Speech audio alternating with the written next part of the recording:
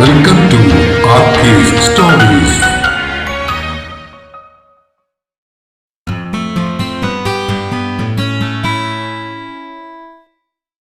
പ്രിയ പ്രണയിനി ഭാഗം 71. കാര്യങ്ങളപ്പോ നമ്മൾ ഉദ്ദേശിച്ചതുപോലെ തന്നെ ആവുകയാ അല്ലേ വിശ്വ?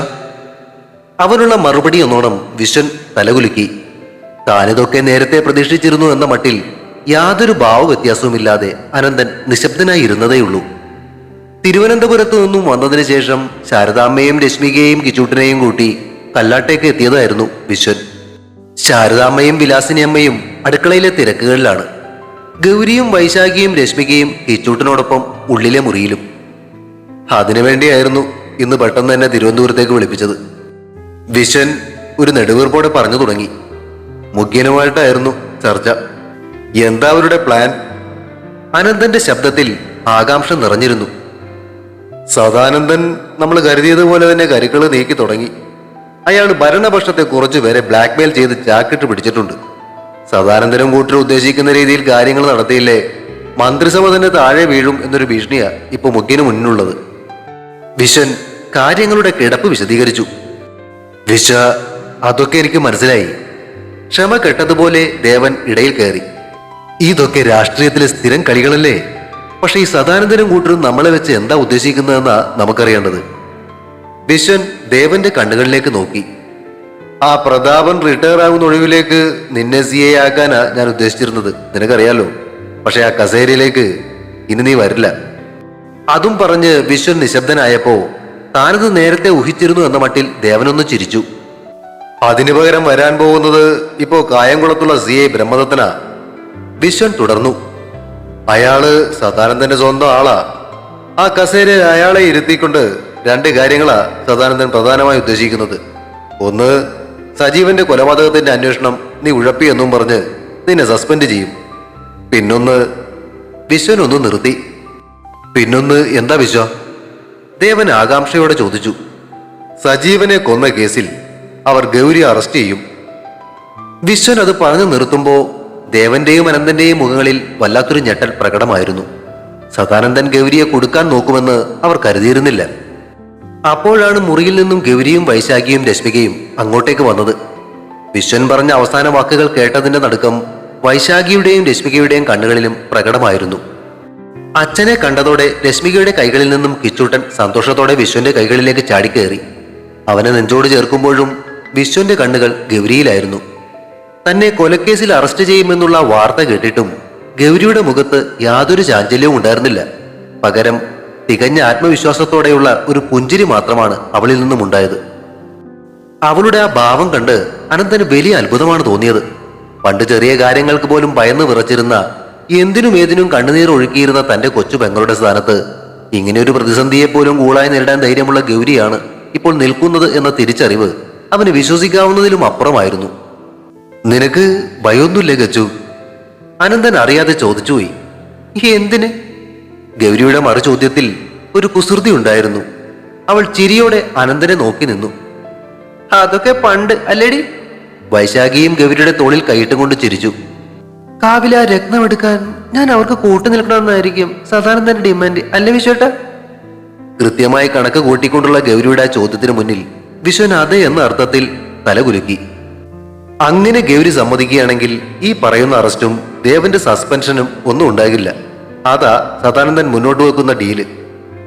ബാക്കി കൂടി പറഞ്ഞിട്ട് ഇനി ഇതിൽ എന്താ ചെയ്യേണ്ടത് എന്ന അഭിപ്രായം അറിയാനെന്നോണം വിശ്വൻ ഗൗരിയെയും അനന്തനെയും ദേവനെയും മാറി മാറി നോക്കി. സദാനന്ദനെ സ്വന്തം തട്ടകത്തിൽ വെച്ച് തന്നെ നേരിടണോ അതോ അയാളുടെ ഭീഷണിക്ക് മുന്നിൽ വഴങ്ങണോ എന്നുള്ള ചോദ്യത്തിന് എന്തുത്തരമാണ് ഗൗരി നൽകാൻ പോകുന്നത് എന്ന ആകാംക്ഷയായിരുന്നു എല്ലാവരിലും. നടക്കില്ല വിശ്വട്ട. ഗൗരിയുടെ ശബ്ദം പാറ പോലെ ഉറച്ചതായിരുന്നു. വല്ലാത്തൊരു നിശബ്ദതയിലേക്ക് ആ സ്വീകരണ മുറി കൂപ്പുകുത്തി. എന്തിനും ഏതിനും സങ്കടപ്പെട്ടിരുന്ന ഗൗരി ഇത്രയും വലിയൊരു ഭീഷണിയുടെ മുന്നിൽ യാതൊരു കുലുക്കവുമില്ലാതെ ഇങ്ങനെ അറുത്തു മുറിച്ചു പറയുമെന്ന് ദേവൻ പോലും കരുതിയിരുന്നില്ല. കാവിലെ അമ്മയുടെ ശക്തി എന്താണെന്ന് നിങ്ങൾക്കാർക്കും അറിയാഞ്ഞിട്ടാ. ഗൗരിയുടെ കണ്ണുകളിൽ വല്ലാത്തൊരു തിളക്കമുണ്ടായിരുന്നു. എന്റെ അമ്മ മരിച്ചതിൽ പിന്നെ വർഷങ്ങളായി ആ കാവില് മുടങ്ങാതെ വിളക്ക് വെച്ചിരുന്നത് ഞാനാണല്ലോ. ആ ചൈതന്യത്തെ കെടുത്തുന്ന അല്ലെങ്കിൽ അതിനെ അപമാനിക്കുന്ന യാതൊന്നിനും ഞാൻ കൂട്ടുനിൽക്കില്ല. അവളുടെ വാക്കുകളിൽ ആ കാവിനോടുള്ള അങ്ങേയറ്റത്തെ ഭക്തിയും വിശ്വാസവും നിറഞ്ഞു നിന്നിരുന്നു. ഗൗരി, നീ എങ്ങനെ വിചാരിക്കരുത്. സാഹചര്യത്തിന്റെ ഗൗരവം ഞാൻ നിങ്ങളെ അറിയിച്ചെന്നേ ഉള്ളൂ. വിശ്വൻ അവളെ സമാധാനിപ്പിക്കാൻ ശ്രമിച്ചു. ഇപ്പോഴത്തെ രാഷ്ട്രീയ സാഹചര്യത്തിലെ അവർ നിന്നെ അറസ്റ്റ് ചെയ്യാൻ തീരുമാനിച്ചാൽ ഒരു ആഭ്യന്തരമന്ത്രി എന്ന നിലയിൽ പോലും എനിക്കതിനെതിരെ പരസ്യമായിട്ട് പ്രവർത്തിക്കാൻ സാധിക്കില്ല. സദാനന്ദന്റെ പിടി അത്രത്തോളം വലുതായിപ്പോ. വിശ്വനൊന്ന് നിർത്തിയിട്ട് വീണ്ടും തുടർന്നു. പക്ഷേ ഗൗരി, കാവിലെ അമ്മയുടെ ശക്തിയിൽ നിനക്ക് അത്ര വിശ്വാസമുണ്ടേ ആ രക്തം എടുക്കാൻ ഈ സത്യത്തില് അവർക്ക് കൂട്ടു നിൽക്കേണ്ട കാര്യമില്ല. എന്നാൽ അവർക്ക് മുന്നിൽ കൂട്ടു നിൽക്കാമെന്ന് വെറുതെ ഒരു വാക്ക് പറയാമല്ലോ. അത്തരമൊരു ശക്തി കാവിലുണ്ടെങ്കിൽ അവരുടെ ആ ശ്രമത്തിന് കാവിലമ്മ തന്നെ ഒരു തടയിടട്ടെ. അതുവരെ നമുക്കും കുറച്ച് സമയം കിട്ടുമല്ലോ. എന്നാൽ ഗൗരി ആ നിർദ്ദേശവും തള്ളിക്കളഞ്ഞു. അതെന്തായാലും അങ്ങനെ തന്നെ നടക്കൂ ചേട്ടാ. അവർക്ക് ആ കാവിൽ നിന്നും ഒരു തരി മണ്ണ് പോലും എടുക്കാൻ കഴിയില്ല. പക്ഷെ രക്ഷപ്പെടാൻ വേണ്ടി വെറൊരു വാക്കുകൊണ്ട് പോലും അമ്മയ്ക്കെതിരെ നിൽക്കാൻ എനിക്കാവില്ല. എന്നെ കേസിൽ കൂടി അറസ്റ്റ് ചെയ്യാൻ അവരുടെ ഭാവമെങ്കിൽ അങ്ങനെ ആട്ടെ. എന്നിട്ട് നമുക്ക് നോക്കാം എന്താ സംഭവിക്കാൻ പോകുന്നതെന്ന്. തന്റെ തീരുമാനത്തിൽ ഉറച്ചു നിന്നുകൊണ്ട് ഒരു സപ്പോർട്ടിന് എന്നോണം അവൾ ദേവനെ നോക്കി. ആ നോട്ടത്തിന്റെ അർത്ഥം പൂർണ്ണമായും ഉൾക്കൊണ്ട ദേവൻ പതുക്കെ എഴുന്നേറ്റ് വന്ന് അവൾക്ക് പൂർണ്ണ പിന്തുണ നൽകിക്കൊണ്ടെന്നതുപോലെ അവളെ തന്നോട് ചേർത്ത് പിടിച്ചു. ഗൗരി പറഞ്ഞതാ ശരി വിശ്വ. നീ എന്തായാലും പുറമേക്ക് അവരുടെ കൂടെ നിൽക്കുന്നത് പോലെ തന്നെ അഭിനയിച്ചാൽ മതി. മന്ത്രിസഭയ്ക്ക് യാതൊരു കോട്ടവും തട്ടാതെ നീ നോക്കണം. ബാക്കി കാര്യങ്ങളൊക്കെ ഞങ്ങൾ ഇവിടെ നോക്കിക്കൊള്ളാം. ദേവൻ വളരെ ആത്മവിശ്വാസത്തോടെ പറഞ്ഞു. അതുപോലെ അനന്ത. ദേവൻ തന്റെ അളിയന്റെ മുഖത്തേക്കും ഒന്ന് നോക്കി. ആ ഒരു ചോദ്യത്തിന് അതുതന്നെയാണ് തന്റെയും അഭിപ്രായം എന്ന മട്ടിൽ അനന്തൻ ഒന്ന് ചിരിച്ചു. ദേവന്റെയും അനന്തന്റെയും ആ ചിരിയും ഗൗരിയുടെ ആത്മവിശ്വാസവും കണ്ടപ്പോ വിശ്വന് ചെറിയൊരു സംശയം തോന്നി. തന്നോട് പറയാത്ത സദാനന്ദനെ വീഴ്ത്താനുള്ള എന്തെങ്കിലും ഒരു രഹസ്യ പ്ലാൻ ഇവരുടെ മൂന്നുപേരുടെയും ഉള്ളിലുണ്ടോ? ആ ഒരു സംശയത്തോടെ വിശ്വൻ അവരെ മാറി മാറി നോക്കി. അങ്ങനെ ഒരു പ്ലാൻ അവർക്കുണ്ടെങ്കിൽ തന്നെ അത് അവരുടെയും ഈ നാടിന്റെയും നല്ലതിനാകട്ടെ എന്ന ചിന്തയോടെ എല്ലാ പിന്തുണയും നൽകി താനുണ്ട് കൂടെ എന്നതുപോലെ വിശ്വനും അവരെ നോക്കി സ്നേഹത്തോടെ ചിരിച്ചു. എതിരെ വരുന്ന ഏതൊരു കൊടുങ്കാറ്റിനെയും നേരിടാൻ ആ കൂട്ടുകെട്ട് ഒരുങ്ങുകയായിരുന്നു. പുറത്ത് അത്രയും ഗൗരവമേറിയ ചർച്ചകൾ നടക്കുമ്പോൾ അടുക്കളയിൽ ശാരദാമ്മയും വിലാസിനിയമ്മയും മക്കളെ കുറിച്ചുള്ള സംസാരത്തിലായിരുന്നു. ചായക്കുള്ള പലഹാരങ്ങൾ തയ്യാറാക്കുന്നതിന്റെ ഇടയിലാണ് ശാരദാമ്മ ചോദിച്ചത്, എങ്ങനെയുണ്ട് വിലാസിനി പുതിയ മരുമോള്? ശാരദാമ്മയുടെ ആ ചോദ്യം കേട്ടതും വിലാസിനിയമ്മയുടെ മുഖത്ത് സന്തോഷം നിറഞ്ഞു. അവർ നിറഞ്ഞ ചിരിയോടെ തലകുലുക്കി. പാവാ ശാരദയെടുത്തി, ദേവനെ വലിയ പേടിയാ. മാത്രമല്ല ഞാൻ എന്ത് പറഞ്ഞാലും അതുപോലെ തന്നെ അനുസരിക്കും. വിലാസിനിയമ്മയുടെ വാക്കുകളിൽ മരുമകളെ കുറിച്ചുള്ള മതിപ്പ് പ്രകടമായിരുന്നു. ആ, ഇപ്പോഴെങ്കിലും നിനക്കത് മനസ്സിലായല്ലോ. വെറുതെ ആ കാവിന്റെ ദോഷവും പറഞ്ഞ് നീ ഒരു വിവാഹം നടത്താതിരുന്നെങ്കിലോ? ശാരദാമ്മ ഒരു ചെറു ചിരിയോടെ ചോദിച്ചു. എന്നാൽ അത് കേട്ടതോടെ വിലാസിനിയമ്മയുടെ മുഖത്തെ ചിരി മാഞ്ഞു. അവിടെ ചെറിയൊരു ആശങ്ക നിഴലിച്ചു. ആ ഒരു പേടി എനിക്ക് ഇപ്പോഴും ഉണ്ട് ശാരദയെടുത്തി. ഒരുപാട് ദുരൂഹതകളൊക്കെ ഉള്ള കാവല്ലേ അത്. അതിന്റെ ഒരു ദോഷം അവർക്ക് വരാതിരുന്നാൽ മതിയായിരുന്നു. അതിനുവേണ്ടി ഞാൻ ചില വഴിപാടുകളൊക്കെ നേർന്നിട്ടുണ്ട്. പിള്ളേര് പോയി വന്നിട്ട് വേണം അതൊക്കെ ഒന്ന് നടത്താൻ. അത് കേട്ടതോടെ ശാരദാമ്മ ആകാംക്ഷയോടെ വിലാസിനിയമ്മയെ നോക്കി. പിള്ളേരെ എവിടെ പോകുന്നു? അതല്ലേ രസം ശാരദയെടുത്തി. വിലാസിനിയമ്മ അല്പമൊരു ഡമ്പോടെ പറഞ്ഞു തുടങ്ങി. കുളു മണാലി പോണോന്ന് ഗൗരി. അത് കേട്ട് ദേവൂട്ടൻ അവളെ അടിക്കാൻ പോയെന്നേ. പിന്നെ ഞാൻ അവനെ വഴക്ക് പറഞ്ഞ് തിരുത്തിയത്. ഇന്നത്തെ കാലത്ത് അങ്ങനെയൊക്കെ പോയില്ലേ, മോശമല്ലേ? ഇതൊക്കെ പറഞ്ഞാലുണ്ട് അവന് മനസ്സിലാവുന്നു. ദേവനും ഗൗരിയും ചേർന്ന് വിലാസിനിയമ്മയെ കുടുക്കിയതാണെന്ന കാര്യം കൃത്യമായി മനസ്സിലാക്കിയ ശാരദാമ്മ ചിരിയടക്കി. എന്നിട്ട് ദേവൻ സമ്മതിച്ചായിരുന്നോ? പിന്നെ സമ്മതിക്കാതെ? അവൻ എന്നെ പണ്ടേ പേടിയാ. അഭിമാനത്തോടെ പറയുന്നതിനിടയിൽ പെട്ടെന്ന് എന്തോ ഓർത്തതുപോലെ വിലാസിനിയമ്മ ശാരദാമ്മയ്ക്ക് നേരെ തിരിഞ്ഞു. അല്ല, വിശ്വനും ആ കൊച്ചും എങ്ങും പോകുന്നില്ലേ? അറിയില്ലേ വിലാസിനി, ഞാനിതൊന്നും അവരോട് ചോദിക്കാറില്ല. ശാരദാമ്മ പതുക്കെ മറുപടി നൽകി. അതോടെ വിലാസിനിയമ്മ ഒരല്പം ശബ്ദം താഴ്ത്തി. പക്ഷെ എന്റെ ഒരു അഭിപ്രായത്തിലേ വിശ്വന് കുറെ കൂടി നല്ലൊരു ബന്ധം കിട്ടിയാനെ കേട്ടോ.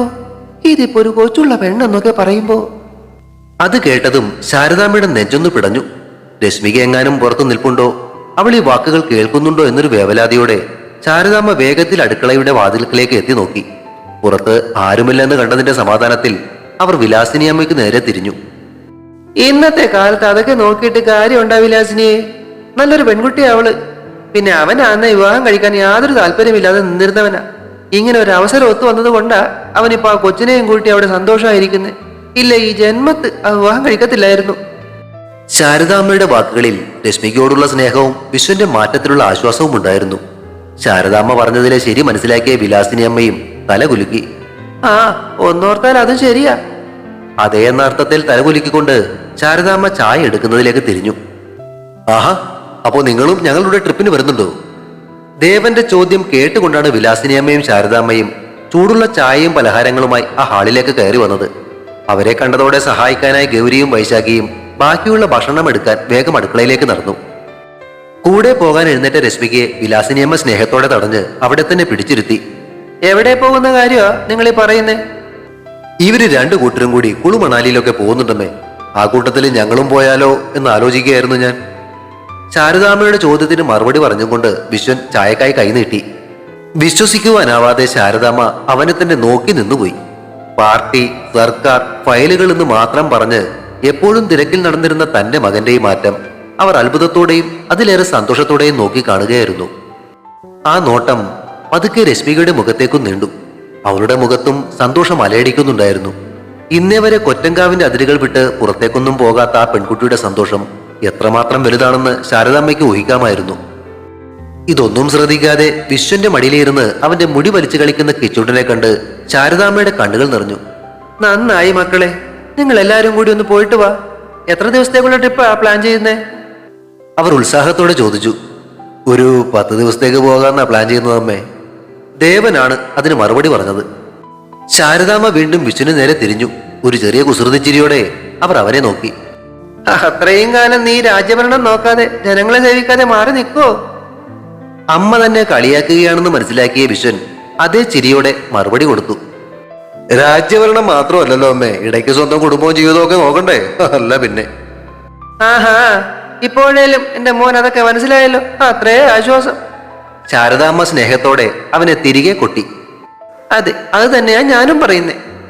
കഴിക്കാനുള്ള ഭക്ഷണവുമായി അങ്ങോട്ടേക്ക് വന്ന ഗൗരിയായിരുന്നു ബാക്കി പറഞ്ഞത്. അവൾ എല്ലാവർക്കും പ്ലേറ്റുകൾ നൽകി. വൈശാഖി അതിലേക്ക് ചപ്പാത്തിയും കറിയും വിളമ്പി. എന്തായാലും നമ്മുടെ ജീവിതത്തിലെ പ്രശ്നങ്ങളൊക്കെ തുടങ്ങും മുന്നേ എല്ലാവർക്കും കൂടെ പോയി ഒന്ന് അടിച്ചു പൊളിച്ചിട്ട് വരാം, അല്ലേ ദേവേട്ട? ഗൗരി സന്തോഷത്തോടെ ദേവനെ നോക്കി കണ്ണടച്ച് കാട്ടി. അവളുടെ ചോദ്യത്തിന് പിന്നല്ലാതെ എന്ന് മറുപടി പറഞ്ഞിട്ട് നിറഞ്ഞ ചിരിയോടെ ദേവൻ തലയാട്ടി. വരാനിരിക്കുന്ന കൊടുങ്കാറ്റിനെ കുറിച്ചുള്ള ഭയങ്ങളെല്ലാം മാറ്റിവെച്ച് അവർ ഭക്ഷണം കഴിക്കുന്നതിനൊപ്പം ആ യാത്രയുടെ തയ്യാറെടുപ്പിനെ കുറിച്ചുള്ള ചർച്ചകളിൽ മുഴുകി. തുടരും. പ്രിയ പ്രണയിനി അടുത്ത ഭാഗം ഉടൻ പ്രതീക്ഷിക്കുക. സബ്സ്ക്രൈബ് ചെയ്യാത്തവരുണ്ടെങ്കിൽ ദയവായി സബ്സ്ക്രൈബ് ചെയ്ത് സപ്പോർട്ട് ചെയ്യണേ. കഥയ്ക്ക് അഭിപ്രായങ്ങളും ലൈക്കുകളും ഹൈപ്പും ഒക്കെ നൽകുന്നതിനോടൊപ്പം തന്നെ കഥയുടെ ലിങ്ക് കഴിയുന്നവർക്കൊക്കെ ഒന്ന് ഷെയർ ചെയ്ത് കൂടി കൊടുത്തേക്കണേ. Thank U.